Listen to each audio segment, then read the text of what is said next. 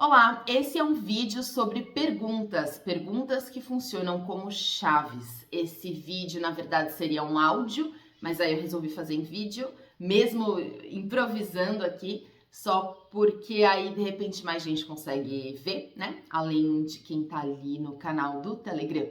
Então eu tenho postado perguntas lá no Instagram, perguntas que Clarissa Pinkola faz em alguns capítulos de Mulheres que Correm com os Lobos. E no capítulo 2, que é o capítulo que trata do conto do Barba Azul, ela vai explicitamente falar sobre perguntas que funcionam como chaves. Se vocês lembram do conto do Barba Azul, independente de terem lido Mulheres que Correm com os Lobos ou não, vocês sabem que no conto do Barba Azul, a mocinha que se casa pela última vez, então a última noiva lá do Barba Azul, ela fica sozinha em casa quando ele viaja. E ela recebe uma orientação, né, desse marido, que é a seguinte: você pode andar pelo castelo, você pode fazer o que você quiser, você pode acessar todos os cômodos, tá aqui o molho de chaves, exceto, né, ai meu, exceto essa chavezinha pequenininha você não pode usar. Você não pode entrar no quarto que é aberto por esta chavezinha. Então, não use essa chave, não vai fuçar isso daí, mas de resto faz o que você quiser, né? E aí, o que ela faz? Ela entra num jogo ali com as irmãs de tentar descobrir qual porta que vai ser aberta pela chave. E como vocês sabem, na hora que ela consegue abrir a porta, o que tá lá dentro é um espetáculo tenebroso. Todos os corpos das outras esposas do Barba Azul estão lá dentro daquele quarto que ela não poderia acessar. Então, Clarissa Pinkola vai pegar essa parte, essa cena do conto, e vai falar sobre como a chave representa aquilo que vai fazer você acessar um segredo, algo que você já sabe, porém ao mesmo tempo não sabe, ou seja, algum tipo de conhecimento que esteja aí num registro inconsciente ou que te apareça por meio de sonhos ou de intuições, como no conto, essa mesma mocinha que se casou com o Barba Azul, a princípio teve a sensação de que ele não era um cara legal, né?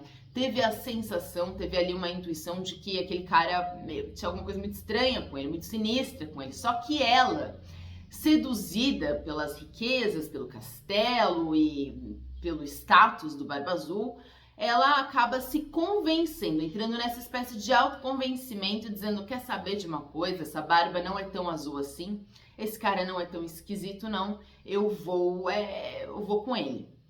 Então, esse conhecimento, ela sabe, mas ela não reconhece que ela sabe, né? Não é algo que ela consiga registrar livremente, conscientemente, ela não consegue falar, né, sobre isso.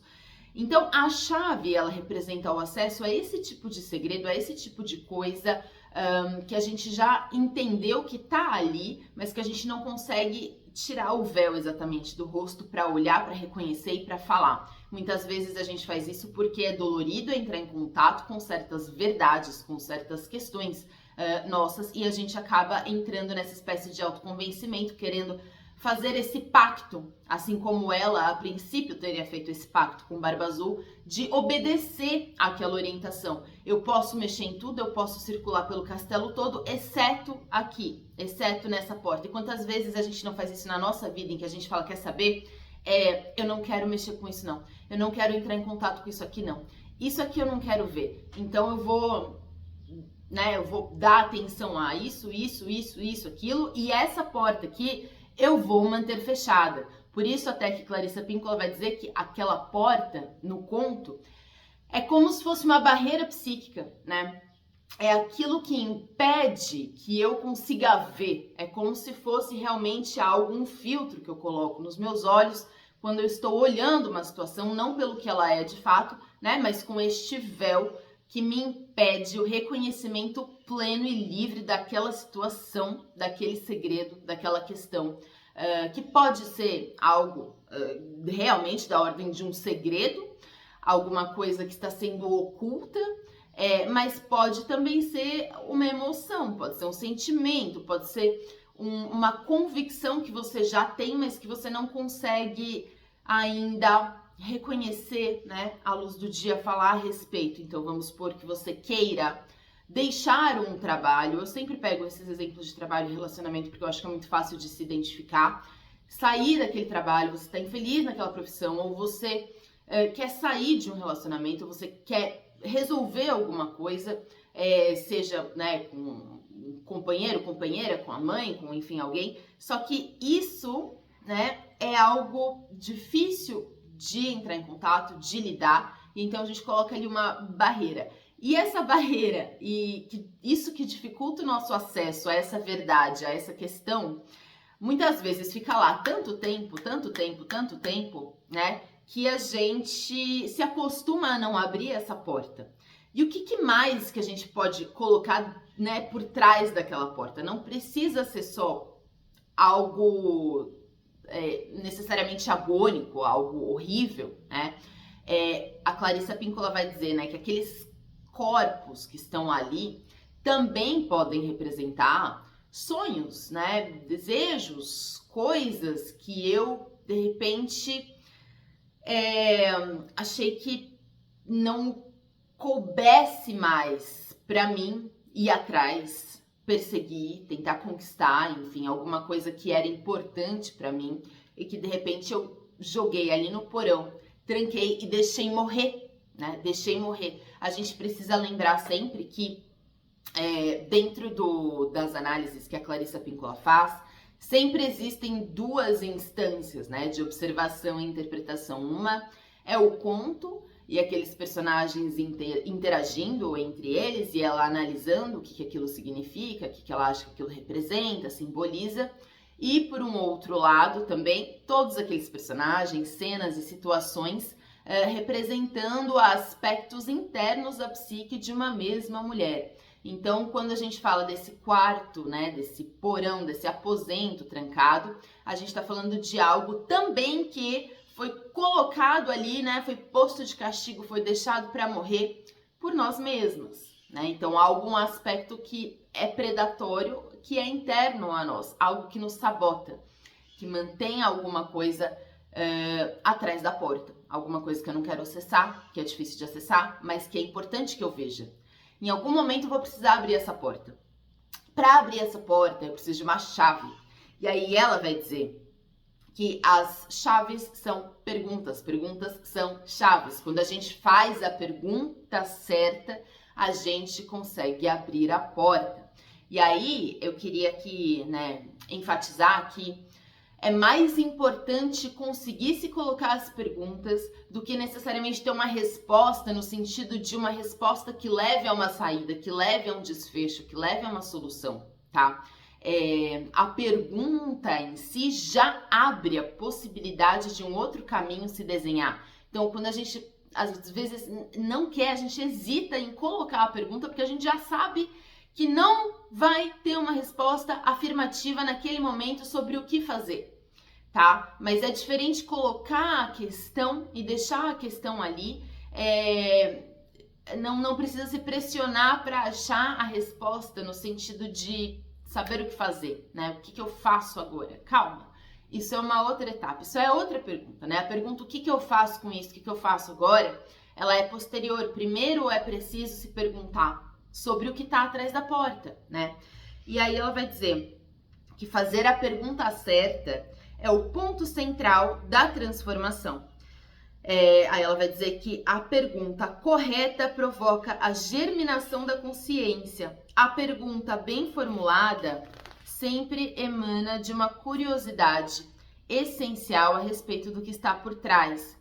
As perguntas são as chaves que fazem com que as portas secretas da psique se escancarem. Embora as irmãs lá no conto não saibam o que se encontra atrás da porta, elas não sabem se o que tá lá é um tesouro, o que é algo falso, é verdadeiro, o que tá atrás da porta. Elas vão tentar achar aquilo, né? Movidas por essa curiosidade, por essa necessidade de saber o que está por trás do visível, né? O que faz com que aquela sombra cresça na parede? Olha essas duas perguntas, né, que ela coloca aqui, pensando ali no conto, pensando nessa transição de uma certa ingenuidade a respeito da vida para entender que tem algo oculto, tem algo acontecendo. O que está por trás do visível? o que faz com que aquela sombra cresça na parede. A sombra crescendo na parede, muitas vezes, é o único efeito que a gente consegue, né, observar daquilo que está trancafiado, daquilo que está guardado, né, atrás da porta. Então, muitas vezes, nas nossas vidas, a gente vai ficar observando a sombra, né? A gente vai ficar observando aquilo que já é um efeito do que foi oculto, entende? As repercussões do segredo, as repercussões daquilo que eu tô guardando de mim mesma. Então, ela vai falar sobre a chave, sobre a pergunta, sobre encontrar este segredo e suportar aquilo que você vê. Suportar a visão dos corpos, suportar o que estava atrás da porta. É muito importante conseguir suportar essa visão, porque daí você vai estar, né, conseguindo ali, passando por um outro estágio, para um outro estágio em que você seja capaz de reconhecer conscientemente, nomear e falar sobre aquilo que estava oculto, sobre aquilo que você não quer acessar. Ela vai trazer então para nós outras perguntas também, né? Ela vai dizer as palavras de que as mulheres mais precisam em situações semelhantes às descritas na história do Barba Azul são as seguintes: o que está atrás da porta, o que não é como aparenta ser, o que eu sei no fundo de mim mesma que eu preferia não saber, que parte de mim foi morta ou está agonizando. Todas essas perguntas são chaves e é muito provável que as respostas a essas 4 questões apareçam manchadas de sangue. Manchadas de sangue como na história, aquele sangue que não para de pingar da chave, que representa ali não só o sacrifício daquelas mulheres, mas também o fato de que uma vez aberta a porta é impossível voltar atrás. Uma vez que você vê, você não consegue não ver mais. Aquilo que você acessou vai te convocar, né, a algum outro tipo de movimento a partir daquele reconhecimento. Então, por que a gente hesita, né, em fazer as perguntas? Muitas vezes eu vejo as mulheres não querendo se perguntar a respeito das situações que elas estão vivendo, porque colocar a pergunta parece que me faz ter que agir imediatamente. Então, acho que a gente podia ficar tranquila aqui, de que muitas vezes colocar a pergunta, abrir a porta, olhar o que está atrás, isso leva um tempo. Isso tem um tempo de desenvolvimento dentro da gente, né? De ir acessando, de ir reconhecendo essas verdades que a gente fica escondendo de nós mesmas. Muitas vezes a gente esconde porque a gente não consegue mudar uma situação de imediato. E aquilo nos causa muita angústia, né? A gente ficar muitas vezes com situações que nos despertam ambivalência, que nos fazem hesitar entre 2 polos muito contrastantes. Então, no caso do Barba Azul, por exemplo, que a gente está falando de um predador, a gente poderia imaginar uma situação do tipo: esse cara não é legal, eu tô casada com esse cara. Então, eu preciso fazer essas 2 verdades coexistirem, mas é impossível. Não dá pra fazer essas 2 verdades coexistirem no sentido de que eu amo esse cara, vou passar o resto da minha vida com esse cara, e esse cara é o Barba Azul do conto. Então, como que eu faço pra combinar isso? Eu não consigo fazer isso, combinar. Então, muitas vezes, a gente foge das perguntas porque a gente tá tentando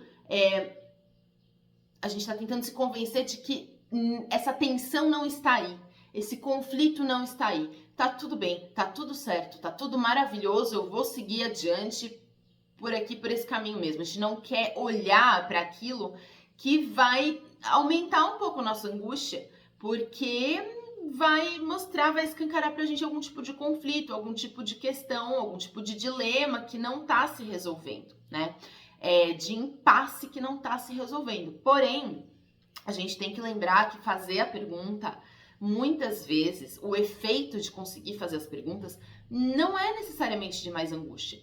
Muitas vezes só a gente reconhecer e conseguir falar em voz alta, conseguir escrever, conseguir registrar de alguma maneira, de uma forma bem livre, bem tranquila, né? De falar a verdade para si mesma, tem um efeito apaziguador, mesmo que eu não saiba exatamente o que fazer depois, né? Então, mesmo que eu consiga olhar para o que está ali atrás da porta, não quer dizer que eu preciso tomar uma atitude imediatamente. Eu acho que muitas vezes a gente evita se colocar as perguntas por medo de ter que tomar uma atitude imediatamente. Calma, né? Tem a maior parte das situações que a gente poderia imaginar, né? Elas têm um tempo que, inclusive, no conto a gente vai ver, né? O desenvolvimento do conto tem esse tempo. A mocinha, ela sobe pro quarto para ficar sozinha 1 minuto falando que vai rezar. E a Clarissa entende que aquele momento em que ela finge que vai rezar, mas chama os irmãos para virem matar o Barba Azul, é um momento em que a mulher está reunindo todos os seus recursos, né? Para conseguir dar um passo, sair de uma situação, enfim, escolher outra coisa, mas precisa desse momento de reunir as forças. No momento de fazer a pergunta não é idêntico ao momento de reunir as forças para sair, né? Para fazer alguma coisa, para tomar uma atitude, para modificar uma situação. Então as perguntas são chaves, porque elas vão abrir essas barreiras. Então a gente tem que conseguir se colocar as perguntas.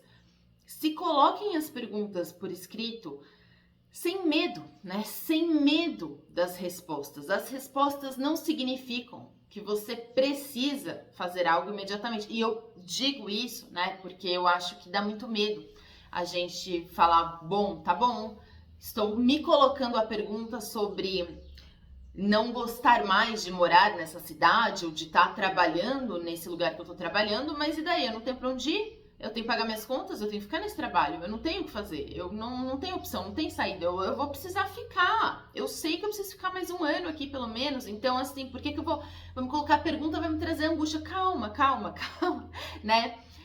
A gente precisa conseguir reconhecer aquilo que é uma verdade. Então, a gente colocar a pergunta, se responder a pergunta, entendendo que pode sim haver um tempo, né? Aquelas respostas, elas vão funcionar como pontes para algo que eu posso vir a fazer depois. Mas não tem como você sair de uma situação, em que você tá no castelo com a porta fechada e não reconheceu os corpos, para uma situação em que você está fora do castelo do Barba Azul. Não existe isso. Isso é um salto que não tem. Tem algo no meio que nos conduz a um caminho mais afirmativo, a um caminho de saída, a um caminho de resolução, a um caminho outro que a gente possa escolher na nossa vida, mas a ponte é construída pela pergunta. A pergunta é a chave, então façam as perguntas. E esse momento de final de ano, hoje é dia 30, né? São 7 da manhã. Esse momento de final de ano é muito propício para a gente se colocar essas perguntas. É importante a gente ritualizar esses momentos. E aí, se colocar as perguntas pode já fazer com que a gente entre ali nesses próximos meses com uma intenção, né, de ter mais honestidade consigo mesma e de acessar aquilo que ficou tanto tempo oculto, mas que no fundo, você já sabe que está lá.